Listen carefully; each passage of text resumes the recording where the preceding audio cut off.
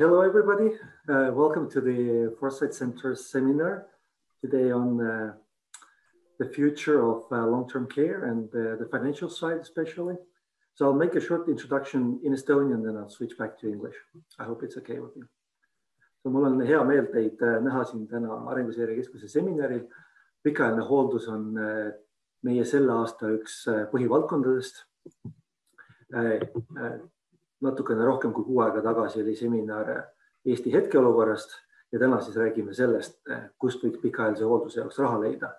Et kui Eesti avalik sektor kulutab võrdlemisi vähe pikaajalise hooldusele võrreldes teiste rikaste riikidega, 0,4% SKP-st, mis on üle 100 miljoni, siis võrreldav number rikaste riikidega, mis oleks enne keskmise lähedal, on 460 miljonit eurot aastas. Ja kui vaadata OECD stsenaariumeid aastaks 2070, 50 aasta pärast, siis on isegi võimalik, et vajadus pikaajalise hooldusele jõuab 900 miljoni euroni siis tänase SKP suhtes rääkides. Et tegemist on päris suurte summadega, olulise valdkonnaga ja siis Arenguseire Keskuses me püüamegi aidata neid teemasid läbi mõelda. See video jääb YouTube'is järelvaadatavaks. Me loodame ka, anname endast parima selleks, et jõuaksime ka eestikeelset subtiitrit teha sellele seminarile. Ja kui te soovite küsimusi esitada, siis all on nupp Q&A. Ma julgustan teid esitama ka küsimusi eesti keeles, ma siis tõlgin neid panelistidele inglise keelde. Ma liigun tagasi inglise keele peale. So welcome everybody to the seminar at the Foresight Center today. So long-term care is one of our focus areas this year. It's part of the government agreement, what they plan to do in the coming years. And we're hoping to contribute to understanding what kind of challenges we are facing in the future and what could be the solutions for these challenges. So the project is ongoing. And you would expect results in the fall, but we are arranging a series of seminars to raise the awareness on these issues and find common grounds to speak about these topics. So we had a seminar about a month ago on the current situation in Estonia.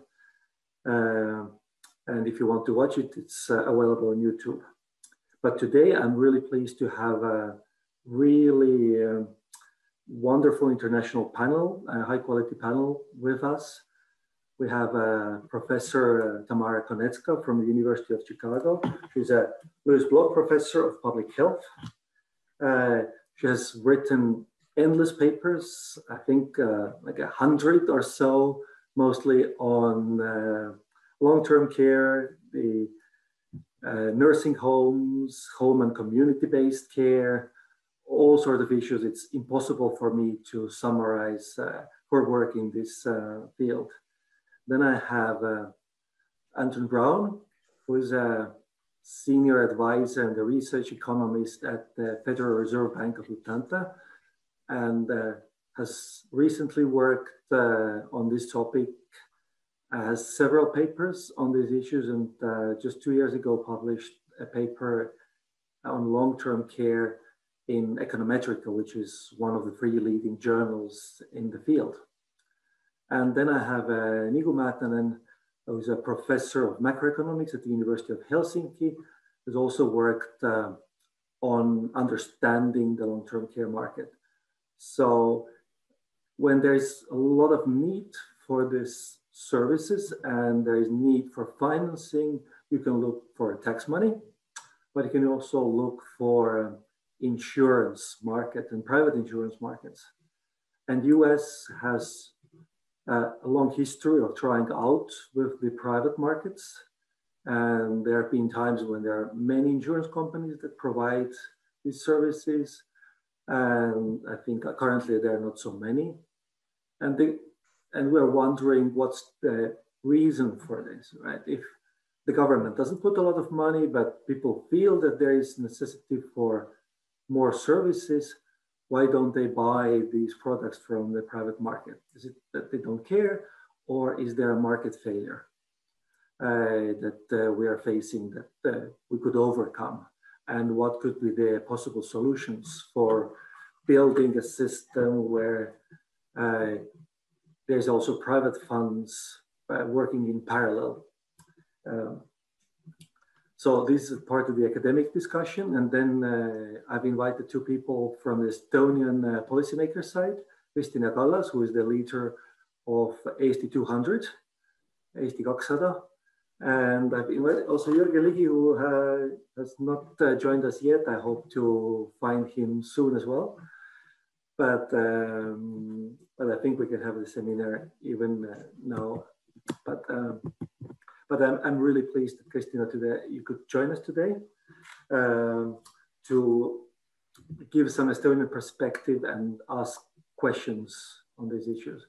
And we're planning to have the seminar in the more like a panel discussion style. So I'll give 8 to 10 minutes to all panelists, a bit less for the discussants, and then give floor back to comment each other, answer questions that have been raised. And then I start taking questions from the participants. So far, I don't see any questions yet, but we have quite many people listening us. So thank you so much, everybody, for joining us. I'm really excited and truly grateful for finding time for us today. So I would like to give first floor to Professor Tamara Konetzka, and then to Anton Braun, and then to Niku Määtänen. Please, Tamara, the floor is yours. Great. Can you all see my screen? Yes, we can see your screen. It's not full screen yet. We now see the presenter mode where we also see the slide coming ahead. Mm-hmm. So if you want to, there's the presenter mode. If you want to switch. Mm-hmm.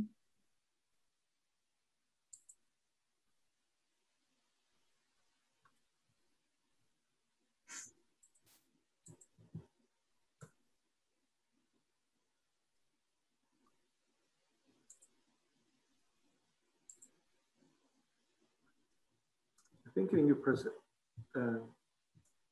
show the presentation from the beginning and then yeah, up there should be a button for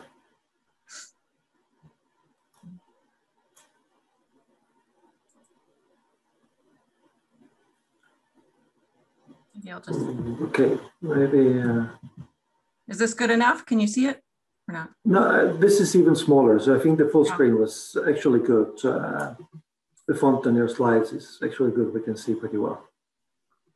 Like this? No, go to the full screen mode. I think this is the best that you had before from all the options. Oh, I see.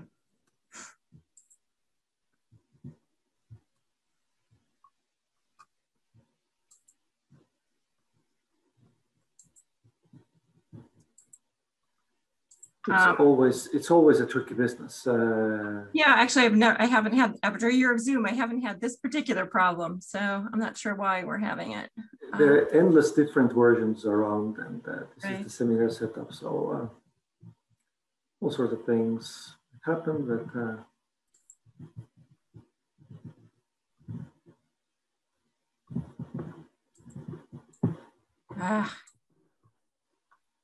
alternatively, I can also. Do you want to bring it up? I can also try mine, but if you try the full screen again, I think that was fine.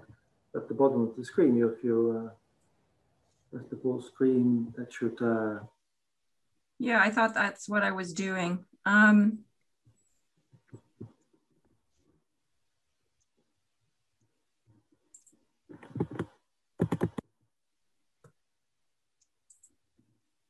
just trying everything. Why don't you bring yours up and then, you know. Tamara, you could try stopping to share and try to reshare again.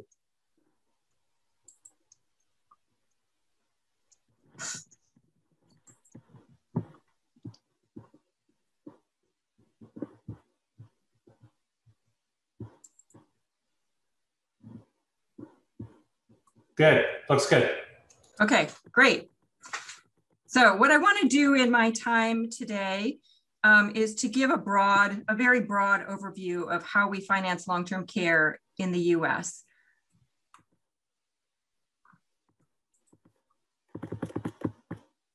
So everyone knows the demographics. I won't spend a lot of time on them. We know that the population is aging. The top line shows the age 65 plus population in the US, which is clearly increasing, and also increasing as a percent of the total population.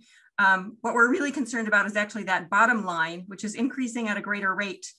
Those 85 plus who are the prime users of long-term care services.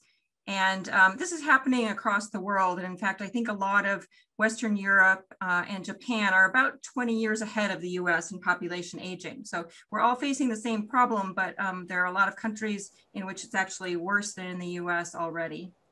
Tamara, it's not showing your current screen. I'm not sure why, but it's showing your your titles page. Okay.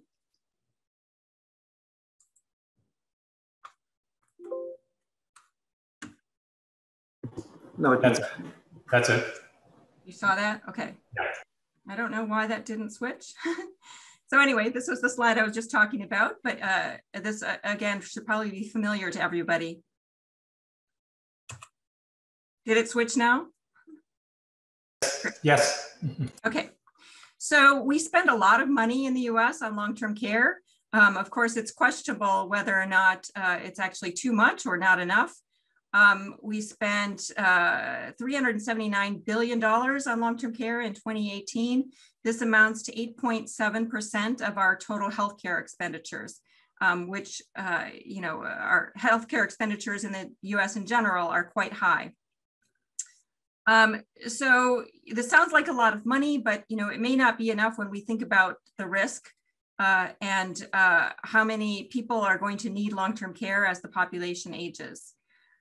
So there are estimates showing that about a third to half of 65-year-olds today will use a nursing home at some point. And of those, about 10 or 20% will live there for more than 5 years. And this is a huge financial risk to individuals. And most families are unprepared for this expense, and it is indeed quite expensive. So this graph, it's a little bit old, but it shows that, this chart shows that in the US, a nursing home costs, estimates now are more like about $100,000 a year. It's a very expensive kind of service. Even if somebody is in assisted living, which is a lower level of care in the community, it's going to cost more than $40,000 a year. There's a large range in that as well. And having a home health aide on average is about $20,000 a year. And when we look at what the income is of average seniors, most of those things are unaffordable in an absolute sense, let alone in an absolute sense, and also as a percent of people's income, of course. So individuals are generally unprepared for the high cost of long-term care in the US. So how do we finance this? I put system in quotes because I really don't think the US has a system at all for financing long-term care. It's never quite been a priority. So we have no universal payer for long-term care. There's no long-term care, there's no long-term care benefit on a national level. There's no sort of national long-term care insurance. We have a program called Medicare, which provides health insurance for almost all people over the age of 65 in the US and some other select groups. But that's really intended to cover acute care. In Medicare's charter, it specifically says, it's not meant for long-term care services. So it covers hospitalizations and outpatient care, but not long-term care. So people can go to a nursing home and get some rehab under Medicare, but the payment stops completely after 100 days. So what we have is no universal system of financing this care, but then we have a large safety net payer in the Medicaid system. So Medicaid was started to provide basically care for the poor. It was not really meant for long-term care, but it's become the long-term care payer of default. And so Medicaid ends up playing a large role in paying for long-term care services, both in nursing homes and in the community. But in order to qualify for Medicaid, individuals have to spend down their assets to almost zero, right? In many states, you can only keep about $2,000 worth of assets in order to qualify. And then once you basically exhaust your savings and qualify for Medicaid, the payment rates to providers are quite low. And so people who are dependent on Medicaid often end up going to the lowest quality providers who are willing to accept those low payment rates. So Medicaid is by far the largest payer in long-term care in the US. There's a very small private long-term care insurance market. I won't say much about that because I know one of our other panelists is going to talk about that a lot more. But there are a lot of supply and demand side reasons why the long-term care insurance market in the US has been quite small and never seems to have grown despite many public policy attempts to try to increase the size of that market. So the result is we have a very fragmented and incomplete system of financing care across payers and across settings of care. And this graph just shows that the role that Medicaid plays in long-term care. So Medicaid covers more than half of long-term care expenses in the US, again, as a sort of safety net program. But because long-term care is so expensive, a lot of people end up relying on this safety net. And in nursing homes, for example, about 2/3 of people in a typical nursing home at any given point in time are on Medicaid because, even if they started out as private pay, after a while, they can't afford it. So there is a lot of out-of-pocket spending, about 16%. There's some role for private insurance. And then there are, other state and local programs and the Veterans Administration, for example, that pays for some. But Medicaid is a dominant payer. And I should mention also that, in those figures I was talking about formal care, just like everywhere else, there's still a large role for informal care, for family and friends taking care of people with long-term care needs. So what we see here is that the purple box is people who have functional impairment or cognitive impairment and need care. The purple box shows that those are the people getting only informal care, no formal care whatsoever. And that blue box above the purple one is people who are getting informal care and some kind of formal home care. These are all people living in the community, not in nursing homes. And so the vast majority of people are getting some informal care, and some portion of those are also getting some formal care, but informal care is still dominant in this country. So Medicaid, when it started, was restricted to paying for nursing home care for people who were eligible. And this was intentional because it's kind of a cost containment measure, right? They were afraid of people who, could rely on family or friends, instead getting this formal long-term care benefit, what we call the woodwork effect, people who wouldn't otherwise get services, using services because home-based care is so attractive. And so they restricted the benefit to just people who were eligible for nursing home care. Another way of saying that is they figured if you need nursing home care, you're sick enough to actually need the benefit. But that has really changed over the years. And so now what we see is more than half of spending by Medicaid on long-term care is in the home and community-based settings. This is intentional in part because home-based care is less expensive, right? Institutions are very expensive places. And so shifting people to the home setting where you can utilize informal caregivers and not pay for the housing portion of care does save these programs money. However, the cost effectiveness of that is really unclear because there are a lot of trade-offs. So people like to be at home, but certainly, especially when recipients are really sick, there's a much greater burden on informal caregivers. And we know that there are, costs associated with that, indirect costs, such as reduced labor force participation and healthcare costs for the caregivers themselves. The outcomes of this kind of care are also uncertain because family caregivers are often untrained. And we've done a series of papers looking at the outcomes of this kind of care and find that people getting home-based care are much more likely to be hospitalized in any given year than equivalent people getting more intensive care in a nursing home. So there are a lot of trade-offs to this kind of care that need to be considered, even though it generally is an attractive option.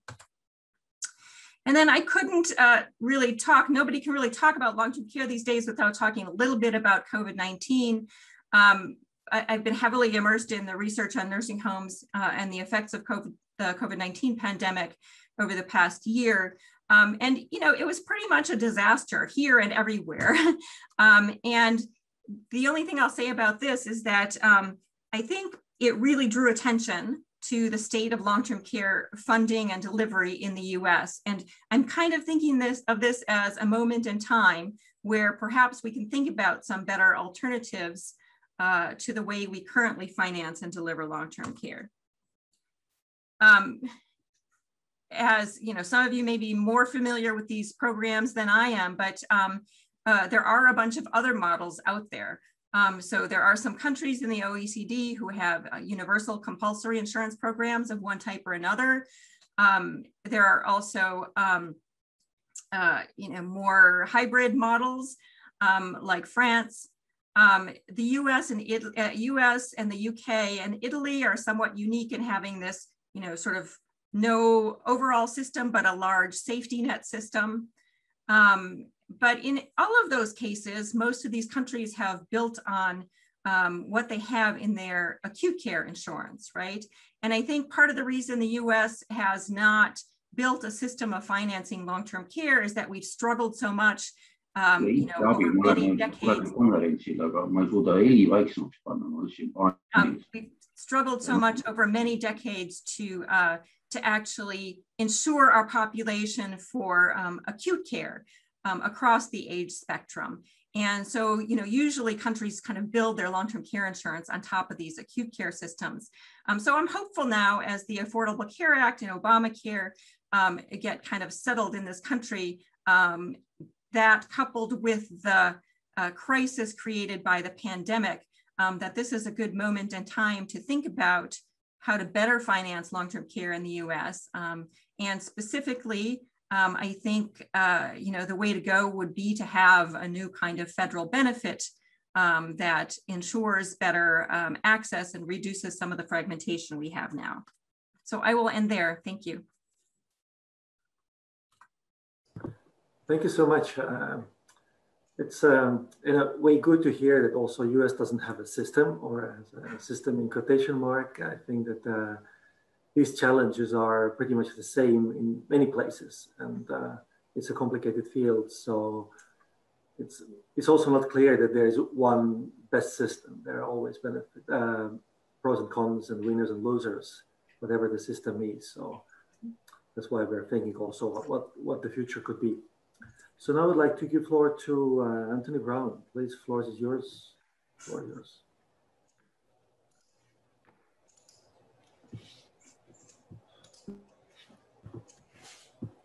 Look okay?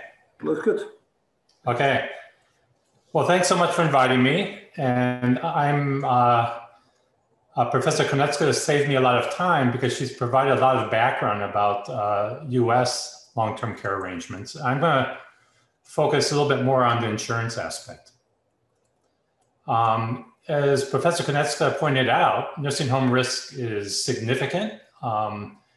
As many as 50% of 50-year-olds and older will experience a nursing home stay before they expire, and costly. According to the estimates in one of our projects, conditional on having a long-term stay of more than 100 days, the median stay in a nursing home is about 3 years, and at $100,000 a year, you're talking about a lot of cash as compared to the resources of many retirees. On top of that, as Professor Konetzka pointed out, many who never enter a nursing home will require long-term care assistance of one form or another.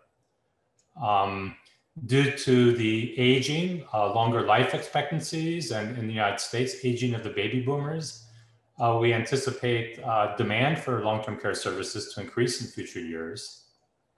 In terms of the demographic, a little bit more demographic information about who needs assistance, well, women are very important in two respects. First, they are the primary providers of informal care, yet they also have longer life expectancy, and dementia risk increases with age. And so as many as 70% of people requiring long-term care are females in the United States.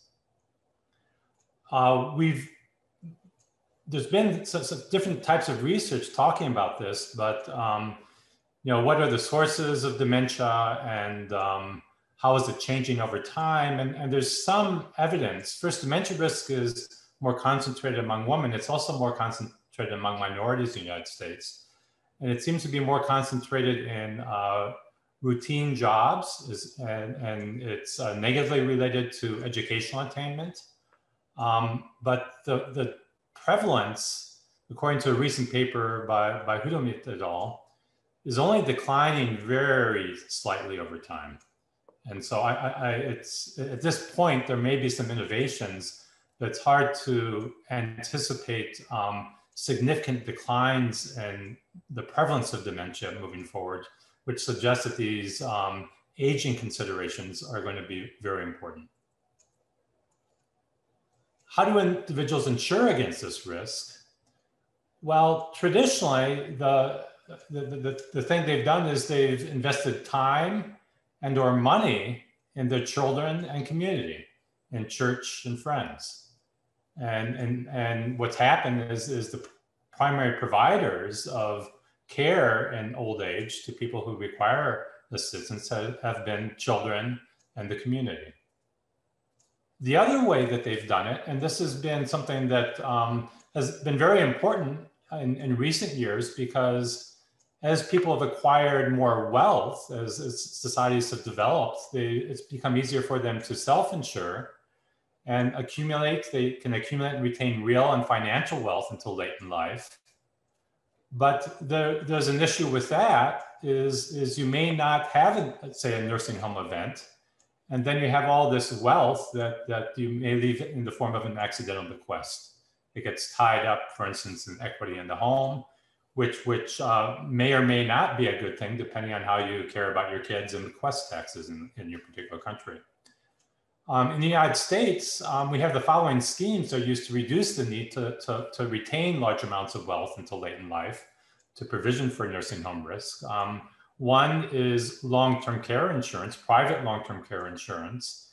And the nature of that contract is you pay a premium, and the typical age when you might buy that insurance product in the United States is around 55 to 57 years of age.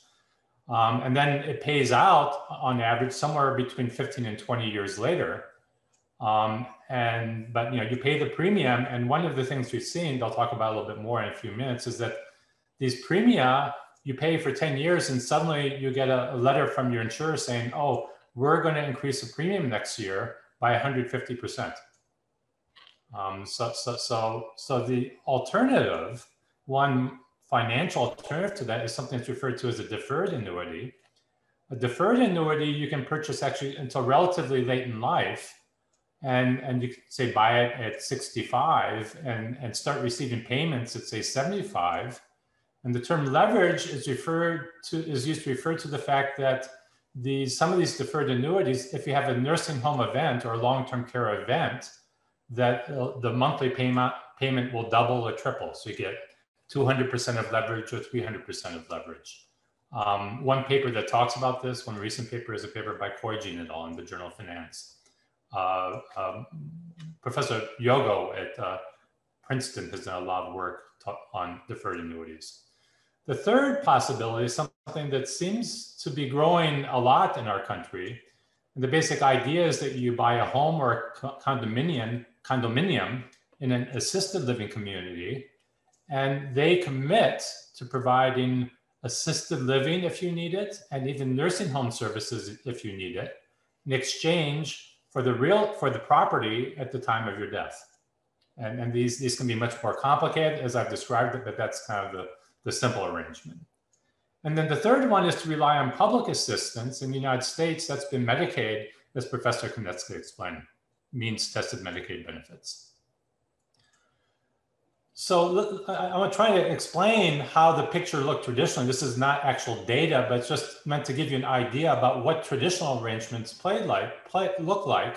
And traditionally, government only played a tiny role for those who experienced long-term care events. Most of it was provided by family, community, and church. And people who are affluent enough, they could afford to buy services, long-term care services. But traditionally, this has been provided informally by the community, and many laws to this date place the brunt of this on either the community and or the family. Okay. Now, this is how the picture has changed in many countries, and there's lots of cross-country variation in the right panel that I'm showing you here.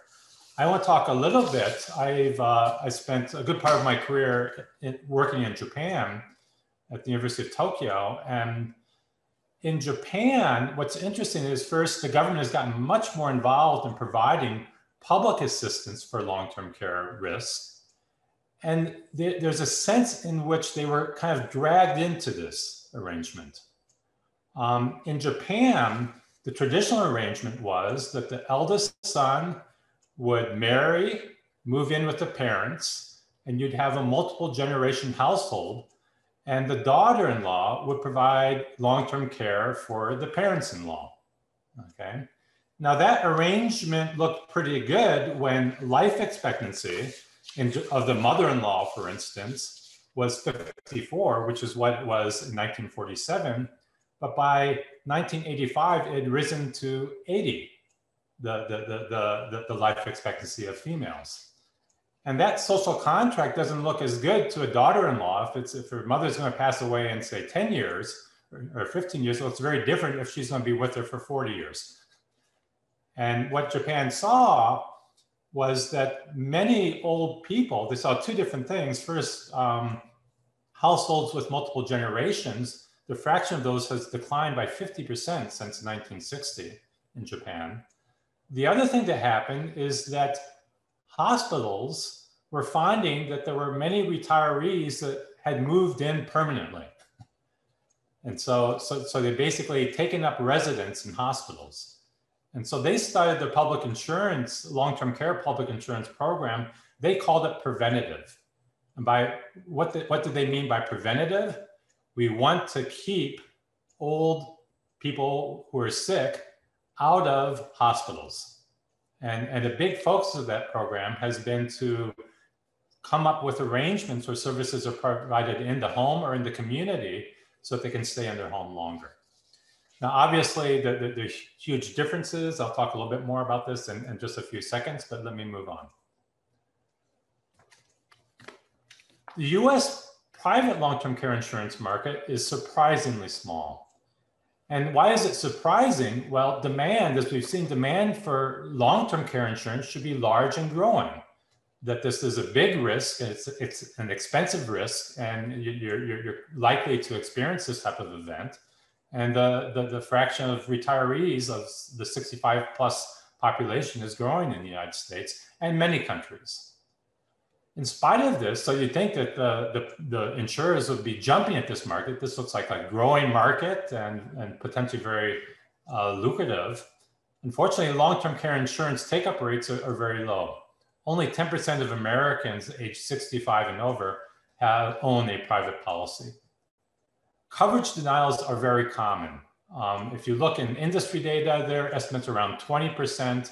In a paper that I'm going to talk to you about in a few seconds, we estimate that denials could be as high as 38%. coverage provided on being offered insurance, not being denied coverage when you apply, coverage is incomplete. It provides payments, typically cash payments. It does not guarantee a service. Moreover, the loads are high. And by loads, what I'm referring to is the markup over actually fair insurance. The markups in the United States are as high as 51 cents above actually fair pricing. So if actually fair was $1, was $1, then you're paying $1.50 per unit of coverage. In spite of it being expensive to the consumer, insurers are finding the profits are low, and many insurers have exited the business. And those who are still in the business treat this product as kind of a toxic asset class for them. General Electric is one recent example.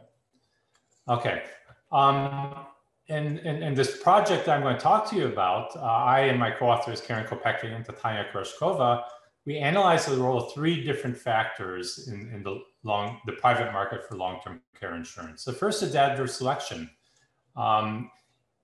Adverse selection is simply that if individuals know that they have high risk of a nursing home stay down the road, they're more likely to purchase long-term care insurance. And that kind of makes the pool more expensive, the price goes up, and you can have actually a pool enter into a death spiral. Okay, so that's one factor is private information, that as the price goes up, only the people who have most information that they're high at risk will purchase it. The second thing is long-term care insurance, as compared to other types of insurance like life insurance or casualty insurance, they're more expensive to administer. The underwriting is more complicated. There's lots of testing done up front and underwriting, and paying claims is an ongoing monitoring process, requires ongoing monitoring as well to ensure that the person still is ill enough to qualify for claims payments. The third one is public insurance. The key thing I want to emphasize about Medicaid that Professor Konetzka didn't talk about is that Medicaid is a secondary payer. If you own private insurance, that pays first, and Medicaid benefits only come in after those benefits have been exhausted. And that it's also asset tested, and so your assets on average have to be around $2,000 or less. So in practice, apart from the very poor in terms of wealth, the bulk of Americans are paying for long-term care insurance themselves. What do we find? Well, we find that all 3 of these factors that we model matter, but the importance of them vary depending on wealth of the individual. For wealthy individuals, adverse selection and administrative costs are most important. If you're wealthy and the product is expensive, then you're likely to self-insure instead and not purchase the product. For the middle class, all 3 factors matter. The option of maybe benefiting from Medicaid down the road, which is free if you don't have private long-term care insurance, but administrative costs and adverse selection are also important for them. For the poor, there's no point to buy private insurance because they're paying something for something that they'll get for free, okay, through Medicaid, and because Medicaid is a secondary payer. The other thing that we find is that most individuals actually prefer partial coverage, even if it's not actually fair, so in the sense that it's expensive relatively to the actually fair cost, as compared to a full insurance of actually fair, full coverage actually fair products. So they actually prefer partial coverage given the availability of public insurance and savings for other reasons. So let me finish by just talking about potential roles for the government in the long-term care insurance market. Government subsidies or mandates to purchase private long-term care insurance are likely to increase take-up rates of private insurance. We have tried some government subsidies, but the devil is in the details. The way these programs have been set up in the United States haven't led to a big uptake. Mandates may be a better measure, or kind of thinking more about the details of what the conditions are under which you earn a subsidy. We could talk more about that later. The other issue is this is a unique product. In principle, you want insurance down the road, and you're starting to transfer resources to your counterparty now, be that the government or a private insurer. And there's a question, will my counterparty pay me back down the road when I need the benefit? And that can apply to the government as well as to private providers. For private providers, it's important that you have regulatory oversight to ensure that private long-term care insurers have the resources and service providers provide the service that people are asking for 20 years down the road. There's an important question, who bears the aggregate risk, the individual or the long-term care insurer? And this is something that we've had to deal with in the United States. In many cases, it's been passed on to the individual.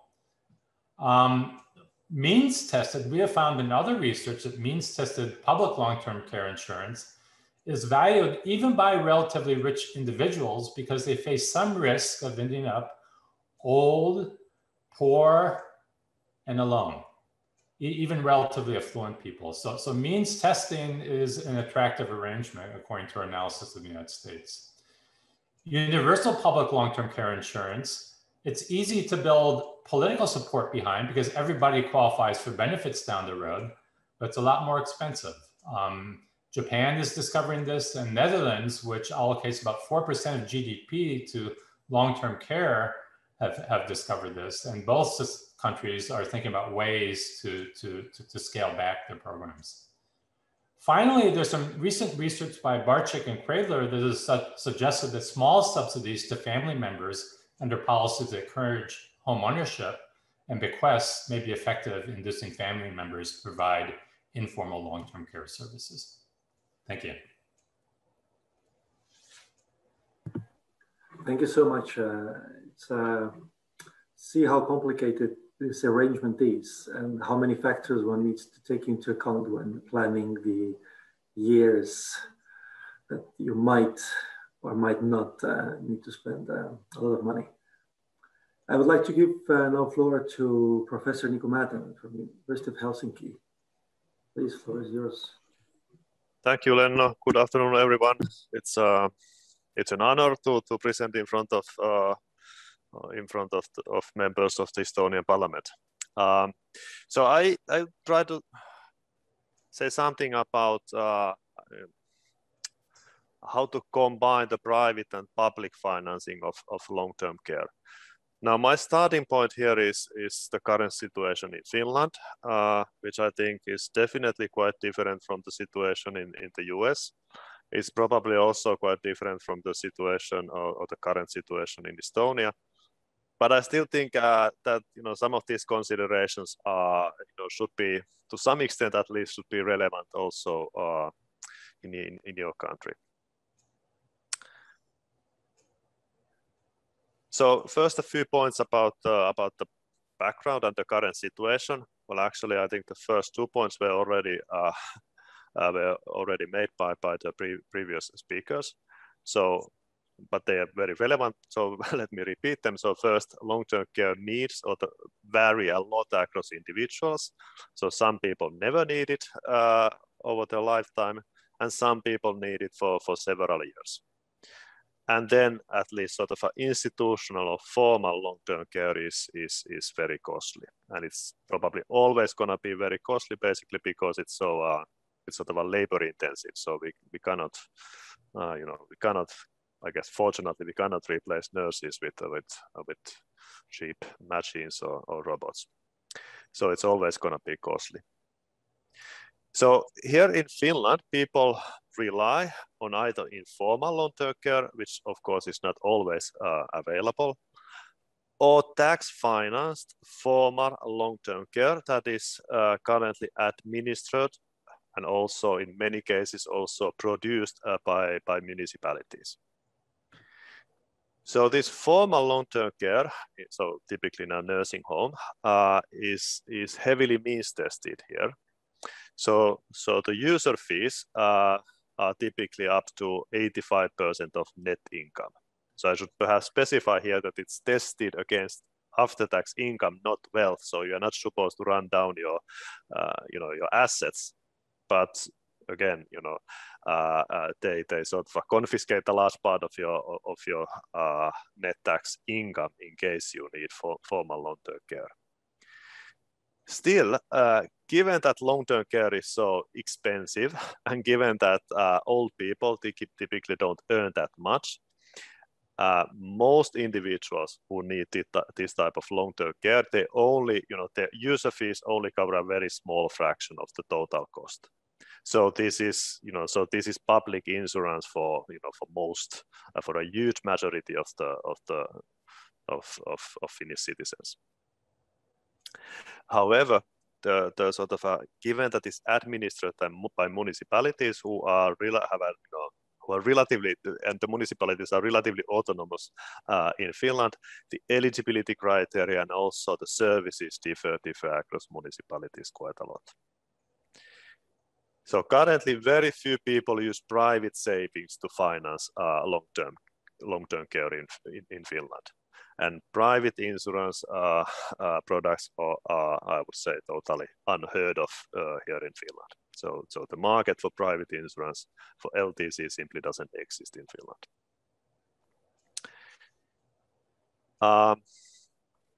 Now, I think, and I'm not the only one, that there is a case for increasing private financing of long-term care, also in Finland, even though we think of ourselves as, even though we think of Finland as a welfare state, which always takes care of its citizens. So one reason for why I think that there's a case for private financing of long-term care also in Finland is simply that there is increase in demand for long-term care services or for better services. One reason for this is the population aging, and the other one is simply that as people become richer, they also want higher or better services related to long-term care. The public resources, on the other hand, are limited, and the level of taxation is already quite high here. And another issue is that people have obviously different preferences. So some people would be willing to pay a lot more to get better long-term care services than others. And it's also, I think, a lot about freedom of choice. So people would like to be able to choose, whichever service provider they want. Whereas currently they are very much restricted by what the municipality is offering to them. And more generally, I would at least say that the society should arguably guarantee a minimum level of long-term care for everyone, rather than sort of services that satisfy nearly everyone in society. So all these points, I think, speak for the all these, I think, arguments for increasing the role of private financing of long-term care in Finland. So how to make it easier to use private savings to finance long-term care then? Well, I also think that, ideally at least we would have a market for long-term care insurance. And the main reason for this is that ordinary saving is in some sense a very inefficient way to finance long-term care. You need to save a lot to make sure that you have enough resources in case you happen to need long-term care for several years. But on the other hand, then there's, again, as was already explained, there's then a high risk that you will never you will just end up leaving a big accidental bequest, because you will not need, many people will not need long-term care. So it would definitely be better to pool risk via some type of an insurance arrangement. And that would reduce drastically the amount of savings that is required to prepare for long-term care risk. The other issue, which I think is also crucial, is that it should be possible to somehow sort of complement or top up the social security or the current tax-financed public insurance.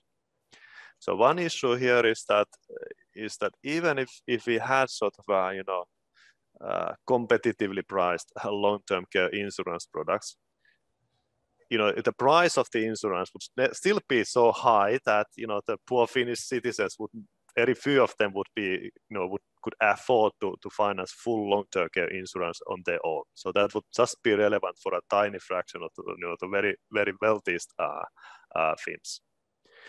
On the other hand, there also is little incentive to buy private insurance if it means that then you give up the tax-financed public insurance altogether.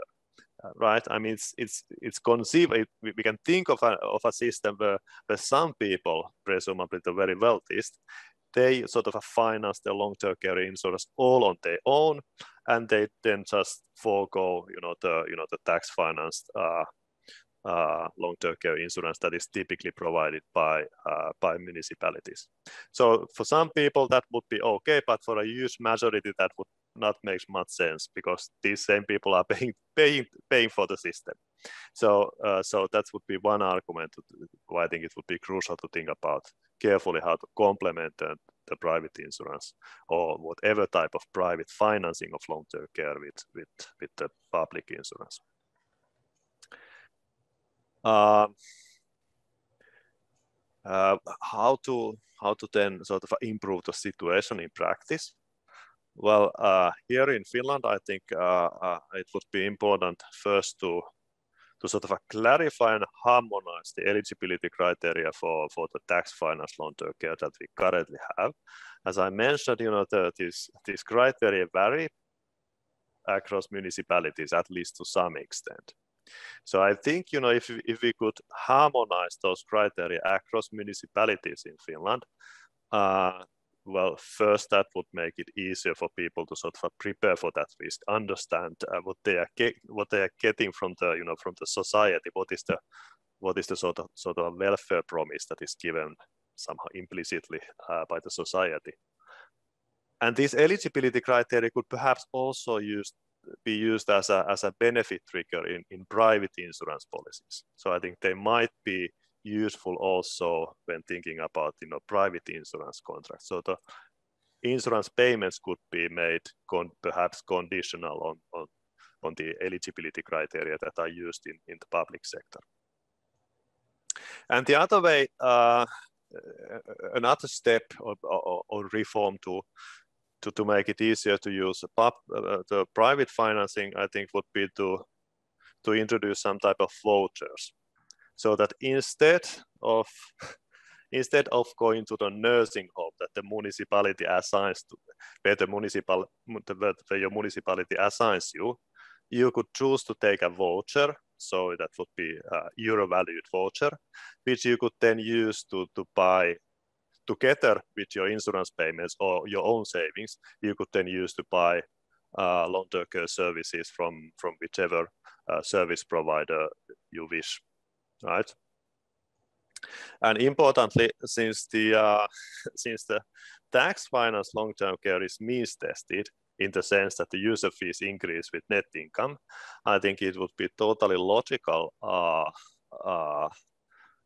to make these vouchers sort of means-tested as well. So that would mean that low earners would be eligible for larger vouchers than high earners. That would also sort of ensure that this type of reforms would not, or should not sort of dramatically, should not have very large sort of a distributive effects, which I think most people in Finland would probably dislike. Thank you. Thank you so much. I think it's wonderful to see how different the means tested could be in different countries, what it means, how you can define it very differently, and what are potential solutions. So I'm really glad that Jürgen Ligi could join us. He has been with us already for some time. But first, I would like to give floor to Kristina Kallas for comments and questions, and then to Jürgen Ligi, and then everybody can have a chance for general comments. Yes, thank you very much for the presentations. I was listening very carefully. I'm not really a person who knows much about long-term care, I have to admit. I'm a political scientist, and I'm not in politics for too long, just about 2 years, and not even in parliament. But thank you for the honor of being in this team now to listen to you. I have one kind of a rhetorical question from the political point of view, and then two specific questions, if I may put them on the table.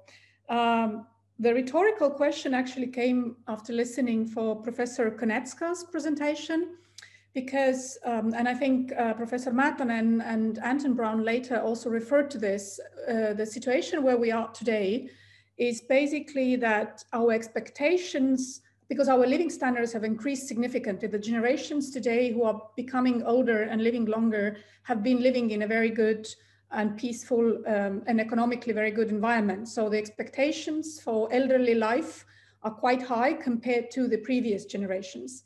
So the expectations with each following generation, assuming that there are no cataclysms happening, are probably going to be raising. So each next generation is going to be expecting also a better care once they will need it. So there is this kind of a spiral development of expectations regarding the standards of care once we need the care. And but at the same time, we know that we can't afford this constant increase of the care, at least not based on the current resources that we are putting in. So the politician would ask, what should we do? So what kind of decision should we make? And this is more maybe a rhetorical question, but maybe you want to discuss with us is, should we manage the expectations? So should we actually start saying to people that don't expect this to happen to you once you become older, that everything will be taken care of? Or should we start looking for resources in order to be actually capable of affording this kind of a higher standard care? So these are usual questions. So which way should we go? Sometimes I have heard also in Estonia in discussions that we should actually maybe manage the expectations. Maybe we should say also for the pensions that don't expect us to be paying up you once you're retired a good pension, because we can't just simply afford it. That's it. So this is a managing of expectations. A more practical question, Anton Braun, in your presentation, you brought out 3 ways how people can either themselves take care or what kind of strategies they are employing in order to ensure the standard once they are not capable of taking care of themselves. One is to invest in children, in church and in community. I think this is going down in a way that people are making much less investment there than they used to do in the past. The second is to invest financially into some kind of insurance system, which is going up, but not the way we would have thought it is. And I think in your presentation, you actually brought out the numbers very clearly that this is not going up in a high numbers.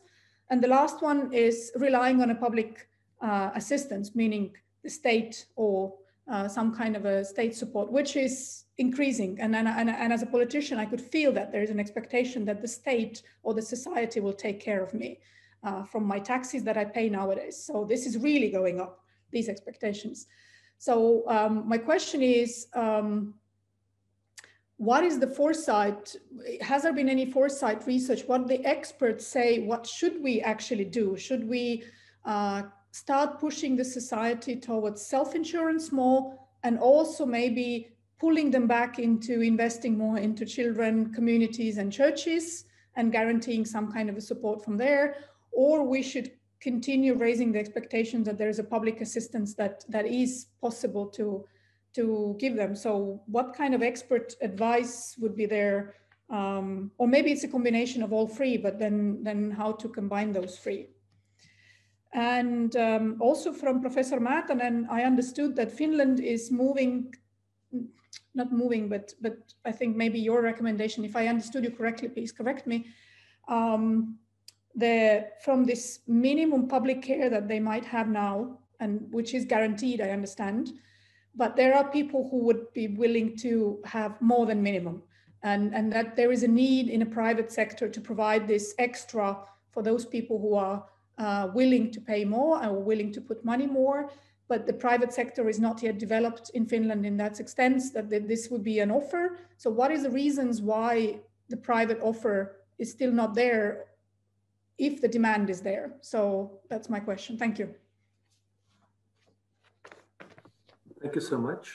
And before you start answering, I think it's better if I give floor to Jürgen Ligi, who is a member of parliament, previously has been Minister of Finance and held different positions in the government. So please, Jürgen, if you're here, yes, floor is yours.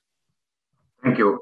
I'm not sure about these arrangements, but I thought you were expecting me to comment on the political context a little bit. Am I right? Yes, absolutely. Okay. First, just a second. I would say that this LTC, the political context for public insurance is very bad at the moment. Some of us know already, but Estonia is abolishing compulsory second pillar pension. So, and during this process, the whole idea of saving and insuring has been heavily compromised. So it's very hard to discuss it rationally at all. But the latest news is that the ministries are at the moment bringing this back to the political agenda and starting to discuss it again. I mean, this public insurance. The other bad context is long-term fight against labor taxes, and effectively those insurances tend to be like act like labor taxes. We have, of course, pension insurance already. We have unemployment insurance. We have got also healthcare insurance, and we can't talk much about industrial insurance if this is the right term, and disability insurance, which also have been long-term proposals for politicians, but haven't been introduced. The second, and then of course this this long-term care insurance,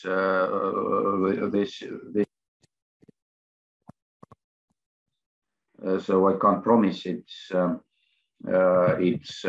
discussed in the near future. In general, I can say that Estonians, like maybe many other nations, but not all, are, it seems to me, have used to be cured at home and informally, rather than in nursing houses. It's very different from at least Sweden, I think. And the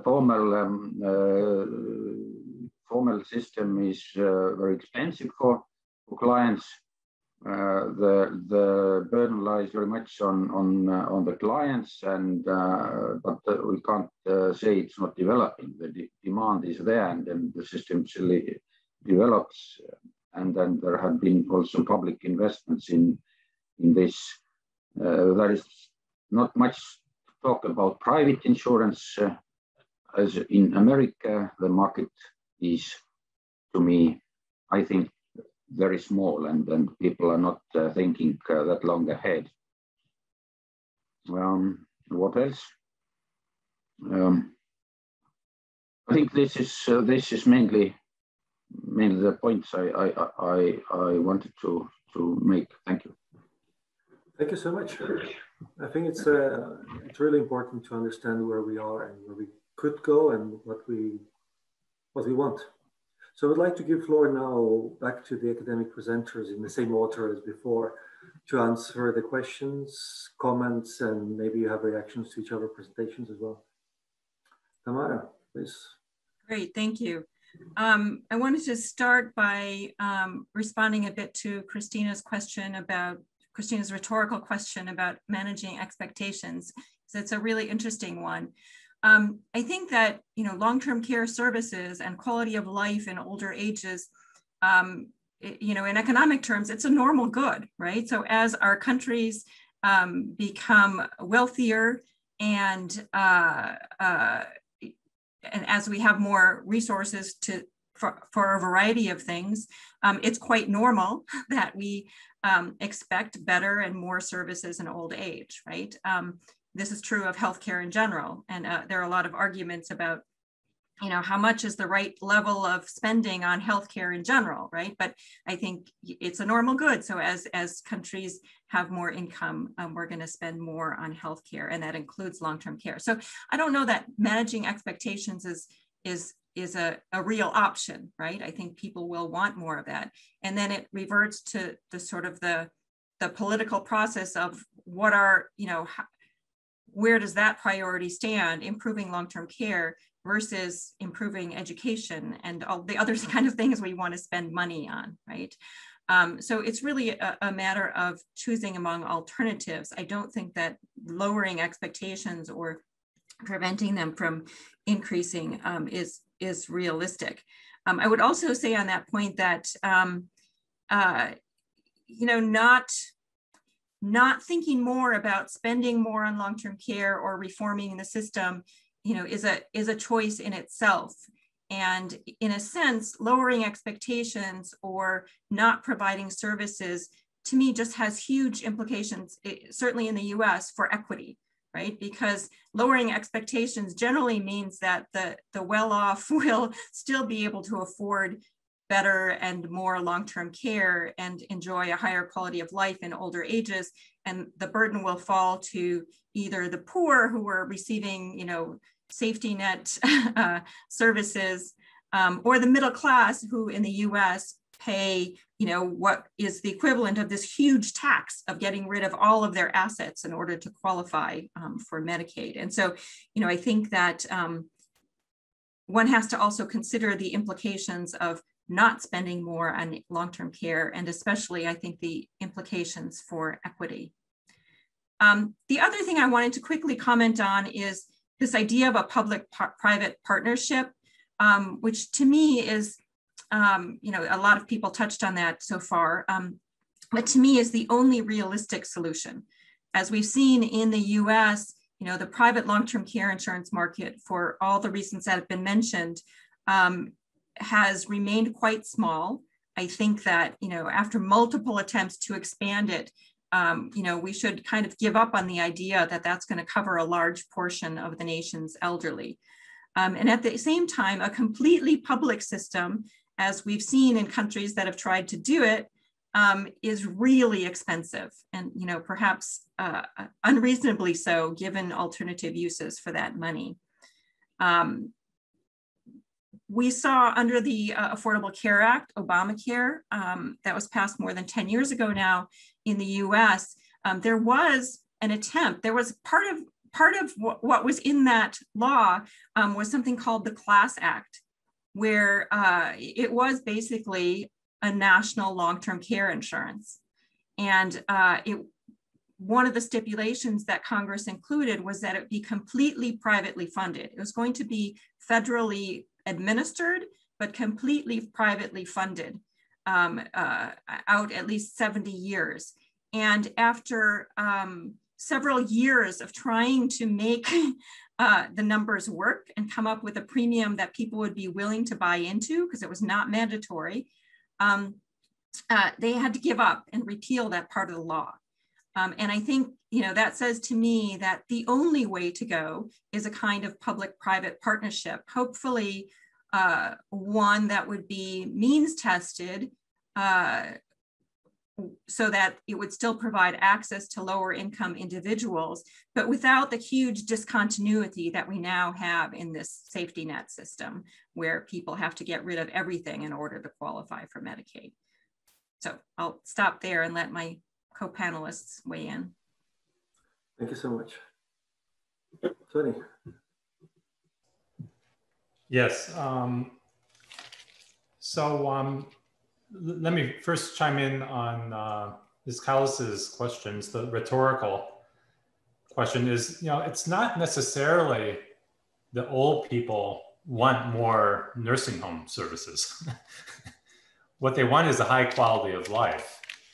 And in many cases, a high quality of life for them is just social interaction with other people. So things like a community center where they can go and talk to other people on their own age may be cheaper in a whole range of ways, because the social interaction slows onset of dementia and thus keeps people out of nursing homes. The tough problem for informal care or for any society is, how do you deal with a person who goes for a walk and 5 minutes later doesn't know how to find their way home? There's a certain amount of intense care needed, because these dementia, you've lost your way, but you can't cognitively find your way or come up with answers on how to get home, and that creates panic in your own mind, fear and panic in your own mind, and unfortunately, these types of issues often require intense care, a level of care that's quite intense, and that family members may not be willing to provide. And so when we ask who, well, it may not be for the person that we're doing this. We may be doing it because the kids don't want to deal with this. They'd rather have the person in the nursing home. When the long-term care, the private market started in the United States, the insurers thought, oh, this is a great product because nobody wants to go to a nursing home. And so we don't have to worry about adverse selection or moral hazard. But they discovered that actually in many cases, it's the family that wants the person in the nursing home. And so there's an important question about who. Should public benefits grow? Well, we've seen in a number of societies, I gave the example of Japan. Japan created its public long-term care insurance because public expenses on hospitals, there's public coverage for hospital stays, and there are out of pockets, 10 to 20% depending on your age for retirees. But that expense was very high, and the government said, well, let's invest more resources in trying to keep people home. And the Netherlands is moving in the same direction. They're trying to keep people home longer by providing more services in the community. I believe from what I've read about Estonia, that's an important part of the current solution in Estonia, is having care managers that help people find the appropriate level of care within their community. But then the demand, as society ages, the demand for those types of people increases. And Japan has a shortage of those people now. I want to mention, I want to pick up on what are the most promising options or changes. There's not going to be a single answer. I tried to give a variety of different solutions. I think there's going to have to be some means testing. For the reasons that Professor Konetzka emphasized, we don't want old, poor, sick people on the streets asking for handouts. No society wants that. And so there's going to be some type of safety net. And I think societies that have tried to do universal are finding that doesn't work. Mandates of a private purchase of maybe even a small product might be good, that would increase take-ups. Germany has something along those lines for people that are self-employed. They've got to buy a product, but they can choose what they buy. And there's some specifications that describe what they buy, but it doesn't have to be a particularly rich product. The final thing I just want to mention about policy, there's an increasing amount of attention on old people by scam artists. And part of that is that if you're old and retired and you've outlived your life expectancy, how can you adjust your income flow? The only way you can adjust it is to increase your cash flow from your savings. And that creates an inducement to look for more attractive, a susceptibility to people to look for more attractive investment opportunities. I can tell you my parents are getting several calls a week from people that are trying to offer them those types of opportunities. And the financial services industry is well aware of this, that they're seeing clients, they're old and experiencing sudden declines in their financial wealth. after having spent a lifetime of saving. Thanks. Thanks so much. Niku. Yeah, thanks. Let me also try to comment Kristina's question or comment on managing expectations, because I think that's a very important issue, and I think that also relates to what Jürgen was saying. So first, I totally agree with with Tamara that in some sense it's totally natural that as we get richer, we also want to have more or better long-term care services. And there's nothing wrong with that. And in some sense, I think a successful society should try to make that possible, right? But the tricky thing here is the connection with the public sector or the tax system, right? And the reason is that as we get richer, or with economic growth, I mean, we can afford,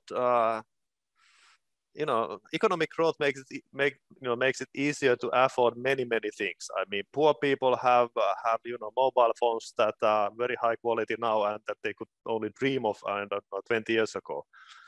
But that's not the case really with long-term care services. And again, the reason is simply that it's so labor intensive. So this type of services with economic growth, they also become more expensive. And I think that's important.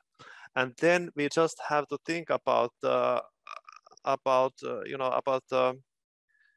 in a sense the size of the public sector. I mean, how high tax rates we will sort of accept or tolerate. So I mean, these discussions go hand in hand in a sense. And it's for that reason, I think that indeed, in some sense, I don't know if it's about managing expectation, but definitely I think a sort of an honest and open discussion about the future of long-term care is, it would be very important so that, people know what to expect in a sense. I mean, there are endless ways of alternative uses for the limited tax revenues that we have. So therefore, I think this really is a crucial issue. And I would say that in Finland, I mean, the sort of the implicit welfare promise that the society gives to citizens is that, it definitely should be made clear. It's not totally clear to me, for instance, what to expect from the system in a sense, because there are inherent pressures there related to the financing of the public sector. So yes, I think it's a debate that has to be should be that we should have already in order to make it easier for people to plan for their own future. And also, I would say, one reason why I think it would be good to make it easier to use public financing to finance a small part of the long-term care insurance is somehow to try to sort of alleviate this pressure that I was just trying to describe here, so that those who really want to have a much better services, they shouldn't perhaps expect that it will be tax financed, but we should make it as easy as possible for themselves, to finance at least part of that. Right. Thank you. Thank you so much. I think this point needs to be stressed more, that we can't just expect the private insurance to pop up when there is need. First, the market needs support, and the public system needs to be designed so that there is space for the private system. If you really do a replacement, if you take the public money away completely from those who have a private insurance, then people don't have incentives to go for the private insurance, and the market collapses. So that when designing the system, one really needs to pay attention to these incentive schemes that are created. Kristina, Jürgen, do you want to comment on the reactions? Yeah, no, of course, I wanted to just ask it rhetorically, because and not really think that we should lower the expectations of people. I mean, none of the politicians would ever dare to do that. But I agree with Professor Määtänen that it's not entirely clear what I personally can expect from the state today. And maybe my expectations are way beyond what actually the state can afford, and even if they increase taxes, even in that case, they might be able to afford much less than I expect today. So there is some kind of a, I would dare to say, public over-expectation regarding the services, and not only at the end of the life, I mean, in many other aspects as well. So this too high expectations, if I may so, I don't know, but, or maybe unrealistic expectations is maybe a better, need to be managed better. I feel that personally, at least. That, having said that, I of course think that the ultimate goal should be to have as high living standard and comfortable life as possible. And that should be the task and the goal of everybody, obviously. But just not to make this gap between what really can be afforded and what people think that can be afforded. So there's this gap. I actually forgot to ask a question from Anton Braun, because when you were talking about the LTC private market in the United States, I was not sure I understood correctly the reasons behind those realities where the profits of the private insurance turned out to be actually very low, and that the insurers are exiting the market. So what were the reasons behind it? Was it what Lenno mentioned, that there is no public system in place to support the private service offer? Or what is the reason that the insurers are actually exiting this market in the United States? Can I go ahead and reply? Yeah, it's several factors that kind of came together to make this product very expensive for them. One thing that's changed, that's affected all insurance companies, has been the decline in interest rates that we've seen, the secular decline in interest rates that we've seen over the past 20 years. And so basically what they were doing, they were provisioning for having to make future payouts, anticipating that their internal return on savings would be much higher as compared to how it turned out to be. Mm. So they found themselves in a situation of, actually they've gone back to regulators. I referred to aggregate risk. Well, the aggregate risk was really, the big one was interest rate risk. Is interest rates have moved down in a way that they weren't expecting. The second thing that's happened is that retention rates, people drop insurance. And they discovered that people didn't drop this type of insurance, that they hung on to it much longer as compared to other insurance lines. So, and some of them, we're offering services and just expensive services. That's changed. They're no longer offering kind of full coverage type products. They're offering partial coverage now. That was kind of the third thing, is the cost of nursing home expenditures has risen more rapidly than the general cost of living in the United States. So those are probably the three most important factors. Thank you. I want to mention, actually, there's one thing I forgot to mention. This secondary payer business is really important. In the United States, you have Medicare, which is health insurance for retirees. And Medicare is a primary payer, so you can top that off. And that market seems to work reasonably well. Medicaid is the secondary payer, which means Medicaid pays after your private insurance is paid. And that, reforming that in the direction of Medicare might be a positive development in terms of making it more attractive for people to purchase private long-term care insurance. Thanks. Jürgen, would you like to comment or ask a question? Yes, of course. I just want to say thank you all very much. Most has been said, I think. Most important has been said. Thank you. Thank you so much. We have one question from the Q&A session. Kuvarlan is asking, what are the most promising options or changes we could do in order to increase the efficiency of the current LTC systems, especially looking at the demographic outlook and changing in the composition of the diseases and reasons why people need LTC. Anyone dare to answer, react to this?